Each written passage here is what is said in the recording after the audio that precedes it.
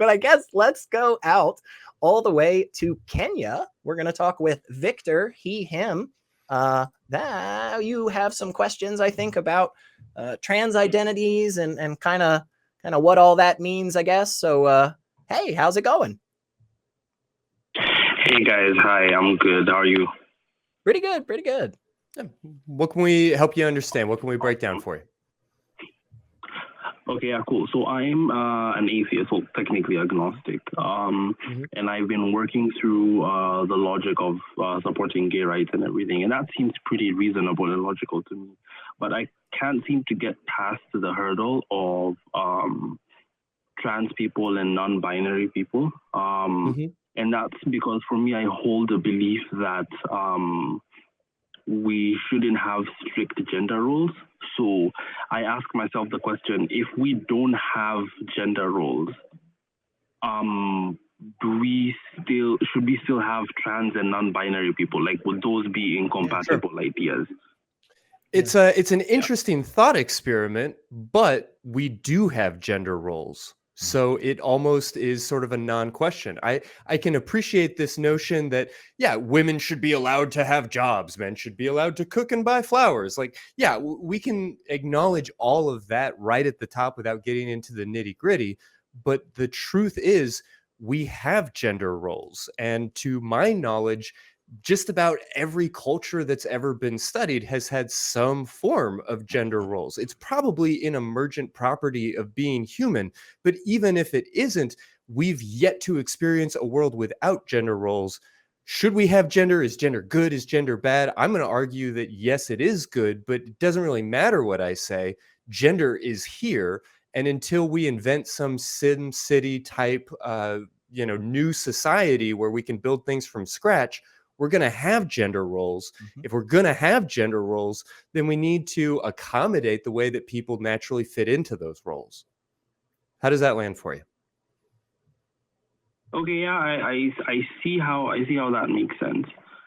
So basically, from your perspective, you'd be saying that because we have gender roles now, then it kind of logically follows that trans people should be able to identify with whichever gender suits them.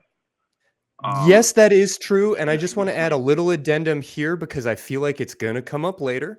And that's the idea that when somebody, quote, identifies as a particular gender, they're not saying, well, I decided to switch teams. They're not saying that I assign my allegiance to a particular role. It's not willful in that sense. When we use the word identify, we might also want to say rather, I am expressing, I am communicating to you. Like I'm identifying myself rather than keeping my identity hidden. My name is Christy Powell, whether I choose to tell that to you or not. Yeah. And we see that with a very strong, materialist underpinnings, because there are absolutely aspects of the brain, aspects of our neurobiology that we can then correlate with gender roles. We don't have the scientific imaging and everything else to be able to look at a brain scan and say boy, girl, because obviously the world is not as simple as all that. But before it comes up as an issue later, I want to make it very clear that somebody doesn't wake up and decide to be a particular gender. They hopefully are able to discover that and share that comfortably and openly, whether they're cis, trans, or otherwise. Yeah. And just real quick, Victor, to tack on a little bit, because Christy is the straight up boss in this category. He absolutely is the one to be listening to here. I would just say that I think over the years, as I have learned more and I have listened to so many incredible people speak, I have come to realize more and more that a lot of the stuff that I thought about in this category of sex or gender or sexual attraction, or just a lot of that stuff that I thought was real or true just really wasn't, right? And it was only by looking into this more and more and trying to educate myself in good places that provide good resources and good evidence.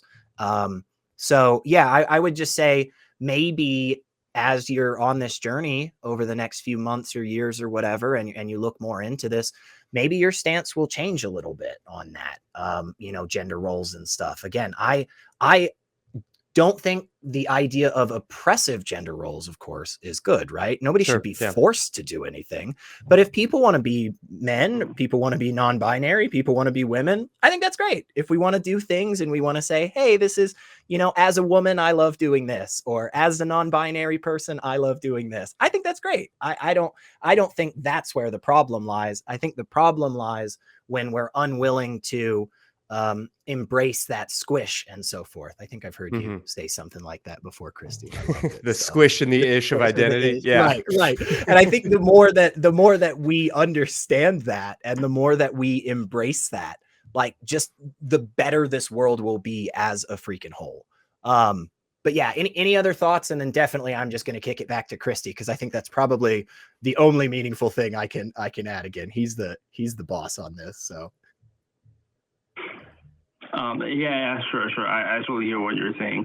I guess the next question I'd have is, I get the understanding that gender roles are here and that they are real, even if they are socially constructed.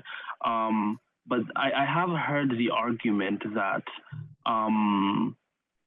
identity is as much defined by society and the people around you as it is defined by how you intrinsically feel about yourself. The meso environment. And I have heard, a conclusion to that premise. The idea that gender should be socially defined, and that it would therefore be irrational for someone to identify as a gender that society hasn't assigned to them. And I'd like to hear what you think about that. Yeah, I don't think it comes into that ballpark, right? So if we're strictly, and here's why I'm saying this, and I could be totally wrong on this, but I don't think we really have to worry about that, because it seems to me like if we're using the term like illogical or unreasonable or not rational or anything in like the strict philosophical sense, then we would just have to sit down and like actually put out an argument, right?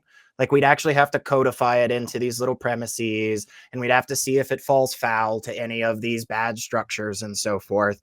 But again, I don't know that I don't even know that you could do that. I don't know you could make a valid and sound argument that says specifically something about gender roles being such a way that trans people aren't real or something, And I don't think that's exactly what you're saying, but I think when we're speaking in this sense, we're using the term illogical in the casual, in the colloquial, which is more in line with just somebody saying like, hey, I don't understand this, as opposed to saying there is something structurally problematic with your argument that does not lead to true conclusion, right?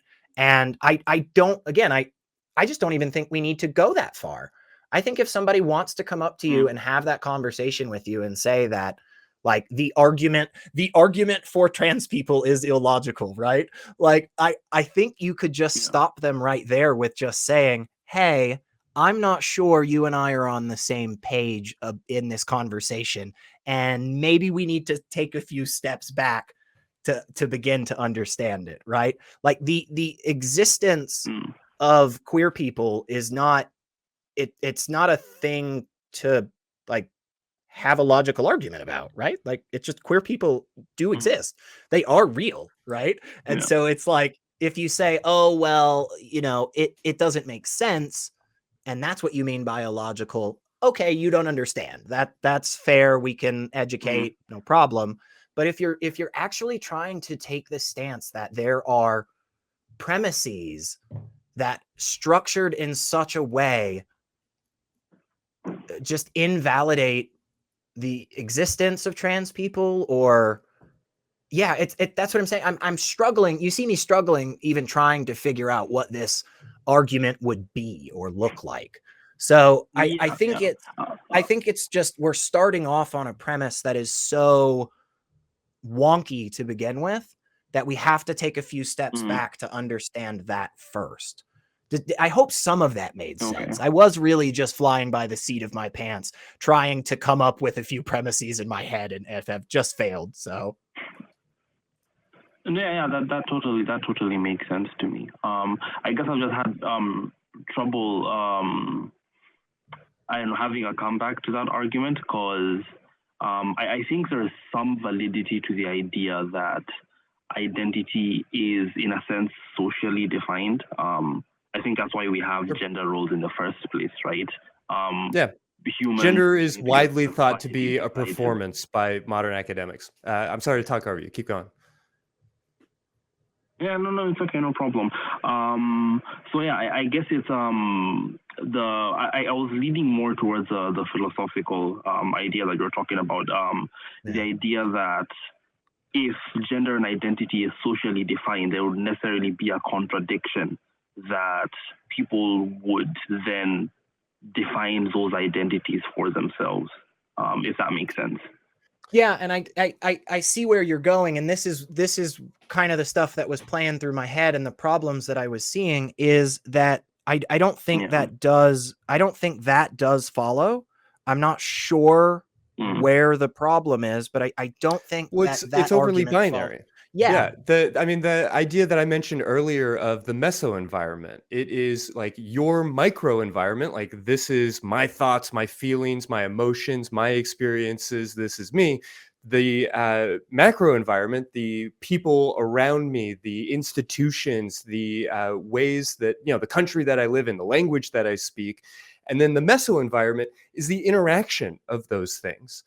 If I treat my friends one way, they're going to treat me differently based on that. There's a dialogue, there's a back and forth. That's that idea of the looking glass self. I know I'm kind of dropping a lot of jargon and phrases here. I'm hoping you can use them to Google and explore these ideas in more detail so we can wrap the show up at some point. But what I really mean to say is that human identity doesn't really work or make sense on a deserted island. If you somehow drop a baby off in the woods to be raised by wolves and robots, do they grow up with a sense of language? Do they grow up with a sense of gender identity? Like, what does that even mean? We can't really conceive of. So it's both. It's what society says about us and what we say to society and how that dialogue goes back and forth. I think the ultimate takeaway is we should not be dickheads in that dialogue. We should not tell people who they are supposed to be in that dialogue. We should listen to them. And, there is some back and forth where we say, women tend to be like this. And this type of man likes to do these sorts of things. And you can go, that's the type of man I want to be. That's who I feel inside. And you can play around and experiment. And that's all great. It is a back and forth. It's not any one factor. And in all of this, can we just try and be cool about it? Yeah. Well, Yeah, Victor, I think Yeah, go ahead. Give us your last thoughts, and we'll take the show out. Yeah. Sure, no problem. I'm gonna let you guys go. I think the idea of the micro, macro, and meso environment has really stuck out to me. I learned something I was not aware of, so I'll definitely look more into that and think more about it. Have a lovely night, guys. Thanks.